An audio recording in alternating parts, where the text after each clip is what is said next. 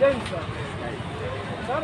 आज का मुद्दा ये है जो पाकिस्तान में हिंदुओं के 150 वर्ष के यानी 150 वर्ष पुराना हिंदू टेम्पल को डिमोलिश कर दिया गया है और जिले का वहाँ पे घर बन गया और एक मंदिर पे लॉन्चर से अटैक कर दिया गया है। इस पर आप क्या कहना चाहेंगे? रॉकेट लॉन्चर से अटैक कर दिया गया है, तो आप इस पर क्या कहना चाहेंगे? भारत सरकार के स्टांस को इस पर क्या रखना चाहिए और पाकिस्तान के लोगों को क्या कहना चाहिए? हाँ, देखिए, पाकिस्तान एक धर्म के आधार पे अलग हुआ देश है। भारत तो हमारा आ गया उसमें, है ना, सेकुलर कंट्री होती, लेकिन पाकिस्तान धर्म के आधार पे बना है, तो निश्चित रूप से धार्मिक कट्टरता तो वहाँ होगी। और ऐसा क्यों हुआ? क्योंकि मैं टीवी देखता नहीं, तो मुझे थोड़ा गाइड करें कि ये कब डिमोलिश हुआ और क्या कारण, किस कारण से हुआ। मैं आपको कारण बता देता हूँ। कारण ये है कि वहाँ पे एक हिंदू लेडी थी, वो अपना रिलीजन कन्वर्ट कर ली और वो मोहम्मदन बनी, मोहम्मदन आदमी से शादी कर। उसका क्लेम है कि जो मंदिर है वो मंदिर बिल्कुल साइड एरिया में है, छोटा सा है और बाकी जो ज़मीनें हैं ये हमारी है और हम इसको डिमोलिश करके अपना घर बनाएंगे। उसी के ज़मीन में था मंदिर वो। यही तो क्लियर नहीं हो पा रहा है। लेकिन जो बगल के वहाँ पे मद्रासी लोग हैं, वहाँ वो मरी माता का मंदिर है, जो मद्रासी लोग हैं, मद्रासी हिंदू हैं, वे लोग बोल रहे हैं कि इसका घर नहीं है, एक पूरा का पूरा टेम्पल एरिया है, इसको पूरा का पूरा मंदिर बनाया जाए।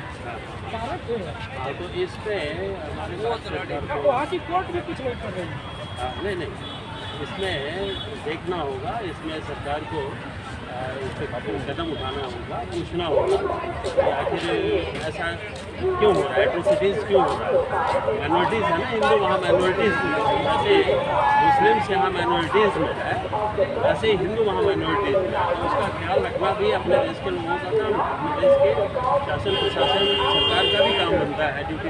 अगर हम सनातन राष्ट्र की बात करते हैं तो सिर्फ भारत के अंदर तो नहीं कर सकते हैं, पूरी दुनिया में जहाँ जहाँ हिंदू रहते हैं उनकी हमें रक्षा करनी होगी। हमारे दिन देखते हैं ऑस्ट्रेलिया में हो जाता है, इंग्लैंड में क्रिकेट के टाइम पर मंदिरों पर अटैक हो गया, पाकिस्तान हो जाता है। और जब हिंदुस्तान में कोई चीज़ें होती हैं तो पाकिस्तान के सांसद, मंत्री, प्रधानमंत्री सारे लोग ट्वीट करने लगे, पूरी दुनिया की नजर पड़ जाती है। लेकिन जब यही चीज़ें पाकिस्तान में होती है तो उनके बारे में क्या बोलो? भारत की मीडिया जो है ना, क्या कहती है, भारत की मीडिया जो है ना, मीडिया क्या करती है, पुलिस क्या करती है, पुलिस प्रशासन की पत्रकारिता कर रही है, जिम्मेदारी रहित पत्रकारिता कर रही है। और वो न्यूज रूम में रह करके, जैसे आप जैसे छोटे यूट्यूबर प्रशासन सड़कों पे आकर के लोगों से मिल रहे हैं, पब्लिक का व्यूज़ जान रहे हैं, वो आजकल का उनका जो कल्चर बन गया है, वो अपने न्यूज़ रूम में बैठ करके वहीं से जैसे स्टोरी बनाते हैं ना कॉफ़ी टेबल पे किसी फिल्म का, उस तरह से वो बढ़ते हैं। और ये भी कारण हो सकता है कि हम लोग इंटरनल पॉलिटिक्स में इतने ज़्यादा इन्वॉल्व हो चुके हैं कि बाहर क्या हो रहा है, किसके साथ हम इतना ध्यान ना देते हैं। नहीं, पहले ये सुनिए, पाकिस्तान में हिंदुओं के साथ क्या हो रहा है ना। पाकिस्तान में जो हो रहा है सो हो रहा है। आपके देश में, अपने देश में ही एक हिंदू दूसरे हिंदू को सता रहा है, दूसरा नहीं सता रहा, उसे मुसलमान नहीं सता रहा है, जितना हिंदू दूसरे हिंदू पे सता रहा है। ऐसे देखिए, भारत में कितने वर्ग हैं, संविधान में कितने वर्ग निर्धारित किए, जितने भी पॉपुलेशन है भारत में जनता का, कितने हैं, कितने वर्ग हैं? 4 वर्ग है। क्या क्या है बताइए? General, OBC, SC, ST. अब ये बताइए हमको, चारों वर्गों का लड़ाई चल रहा है आपस में। क्यों चल रहा है? क्योंकि आनुपातिक प्रतिनिधित्व जो होना चाहिए वो कहीं दिख नहीं रहा है। आनुपातिक प्रतिनिधित्व कहीं नहीं दिख रहा है। आप देखिए, जजेस जो है कितने एसटी हैं, कितने एससी हैं, वही मैं बता रहा हूँ, कितने ओबीसी हैं। और जब तक आप ये नहीं कर पाते हैं, होगा आगे होगा धीरे धीरे। लेकिन मैं कहता हूँ आज़ादी के 70 वर्ष हो गए। यही कारण है कि जब जनरल को रिजर्वेशन दिया जाता है तो उसमें कोई विरोध नहीं होता है। ओबीसी को रिजर्वेशन दिया गया तो पूरी आग लगाए लोगों ने, देह में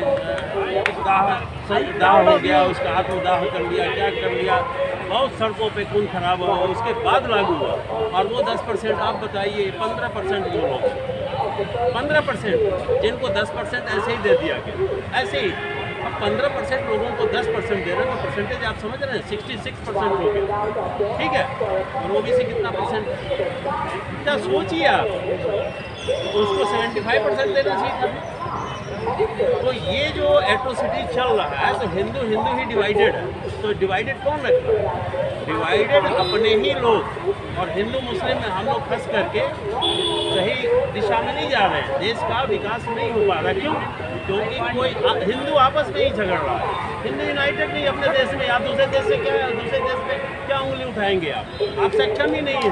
ये तो कारण है कि हम इंटरनली बट चुके हैं। हाँ, और हम अपने में ही इतने उलझे हुए हैं कि बाहर के मुद्दों को नहीं देख पाते हैं। जिस दिन हम लोग एक होकर के सारे जनरल ओबीसी एसटी और एससी मिल के लड़ेंगे और मिल के आगे बढ़ेंगे, उस दिन हम शायद बाहर के मुद्दों को देखें। लेकिन मेरा क्वेश्चन ये था कि हम संगठन में नहीं, मेरे दोस्त वहाँ शक्ति नहीं है। नहीं, मीडिया ही तो जातियों में बटी है। एक ही जाति का वर्चस्व है ना, मीडिया का ही तो दोष है। कोई बात नहीं, ये तो देखने वाली बात है ना। और ये भी नहीं,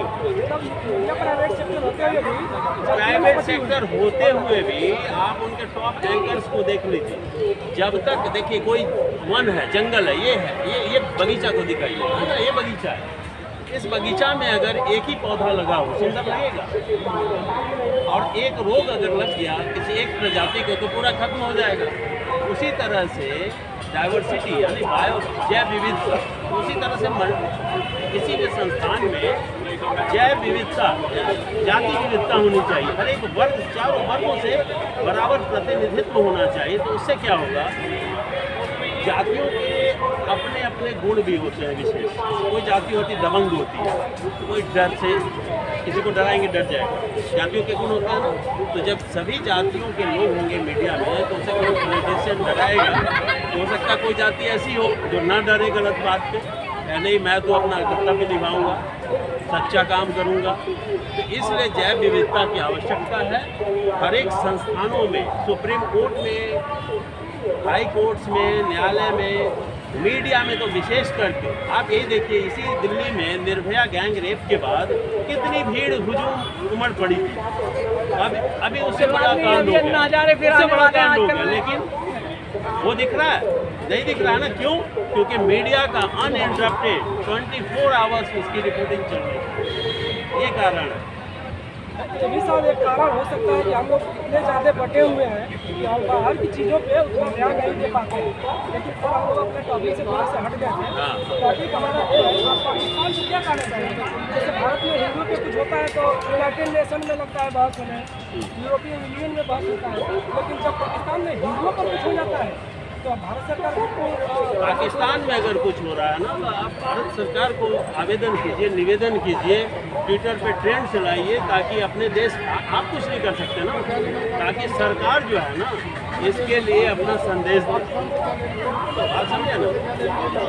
लेकिन आप, मेरा ये निवेदन है कि पाकिस्तान में क्या हो रहा है उसको छोड़िए, आप अपने देश में देखिए। अभी एक सीमा क्या नाम है, सीमा हैदर एक आई हुई है पाकिस्तान से, उसके साथ मीडिया क्या कर रही है, खेल तमाशे कर रही है।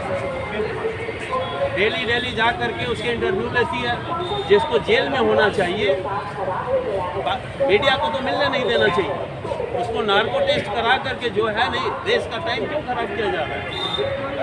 सीमा हैदर को बिजी करके और इतना तमाशा बनाया जा रहा है। क्यों? देश का हमारा कीमती टाइम है। हमारे युवा जो है 2-2, 4-4 घंटे देख रहे हैं कि 4 बच्चियों की माँ आ गई। ये फालतू की चीज़ों में क्यों हमारा युवा उलझा हुआ है? उसको अरे बंद करो जेल में, देखा जाएगा। क्या हमारे देश की अगर कोई महिला जाएगी वहाँ इस तरह से, वो क्या करेंगे? वो क्या इसी तरह का व्यवहार करेंगे? पाकिस्तान ऐसा करेगा? नहीं करेगा ना। फांसी होती है ना, पहले उसकी जांच होनी चाहिए। मैं कह रहा हूँ अपने देश को देखिए, आपको मैं भी सलाह दे रहा हूँ। बात कर रहे हैं, लेकिन मेरा अभी का बात ये था कि आप पाकिस्तान को क्या कहना चाहेंगे? जो मंदिरों को लगातार पाकिस्तान को मैं ये कहना चाहता हूँ कि देखिए, मानवता सबसे बड़ी चीज़ है। दुनिया सभ्य हो रही है, और आप भी जो धर्म के आधार पे आपने जो देश बनाया है, वो एक समय था वैसा, बन गया।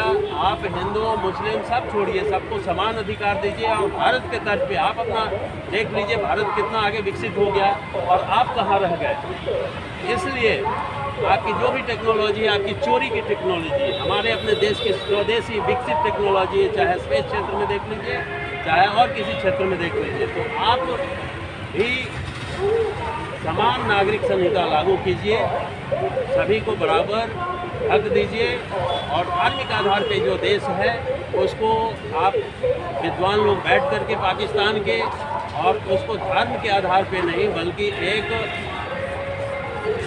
सेकुलर देश बनाने का आप भी प्रयास करें। और जब ये पहला कदम होगा तब भारत और पाकिस्तान के मिलने की बात भी हो सकती है। धन्यवाद।